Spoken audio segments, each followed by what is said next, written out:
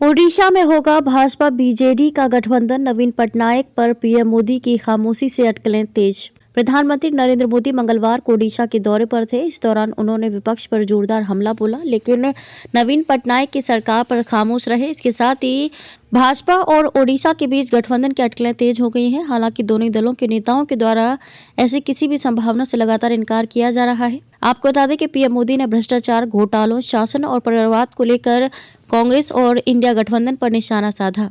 प्रधानमंत्री नरेंद्र मोदी मंगलवार को ओडिशा के दौरे पर थे। इस दौरान उन्होंने विपक्ष पर जोरदार हमला बोला, लेकिन नवीन पटनायक की सरकार पर खामोश रहे। इसके साथ ही भाजपा और ओडिशा के बीच गठबंधन की अटकलें तेज हो गई हैं।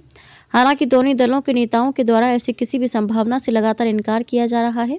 आपको बता दें कि पीएम मोदी ने भ्रष्टाचार, घोटालों, शासन और परिवारवाद को लेकर कांग्रेस और इंडिया गठबंधन पर निशाना साधा। पीएम ने यहां भाजपा की एक रैली को संबोधित करते हुए कहा कि उन्होंने कभी कोई निजी हमला नहीं किया, बल्कि परिवारवाद की राजनीति के खिलाफ आवाज उठाई है। मोदी ने कहा कि कांग्रेस और उसके दोस्त अब उन्हें और उनके जनता रूपी परिवार को अपशब्द बोल रहे हैं, क्योंकि वे जनता को दी गई गारंटी को लागू करने के लिए प्रतिबद्ध हैं। उन्होंने कहा कि मैं परिवारवाद का विरोध इसलिए करता हूं क्योंकि ये लोकतंत्र के लिए खतरनाक है, युवाओं के लिए अवसर नहीं देता है, तो वे इसका जवाब नहीं देते हैं, बल्कि वे कहते हैं कि मोदी का कोई परिवार नहीं है। युवाओं को बढ़ावा देने से डरती है कांग्रेस। कांग्रेस पर निशाना साधते हुए प्रधानमंत्री मोदी ने कहा कि वह युवाओं को बढ़ावा देने से डरती है। कांग्रेस अध्यक्ष मल्लिकार्जुन खड़गे पर परोक्ष रूप से कटाक्ष करते उन्होंने कहा कि विपक्षी पार्टी अब 75 से 80 साल से अधिक उम्र के लोगों को अध्यक्ष नियुक्त कर रही है।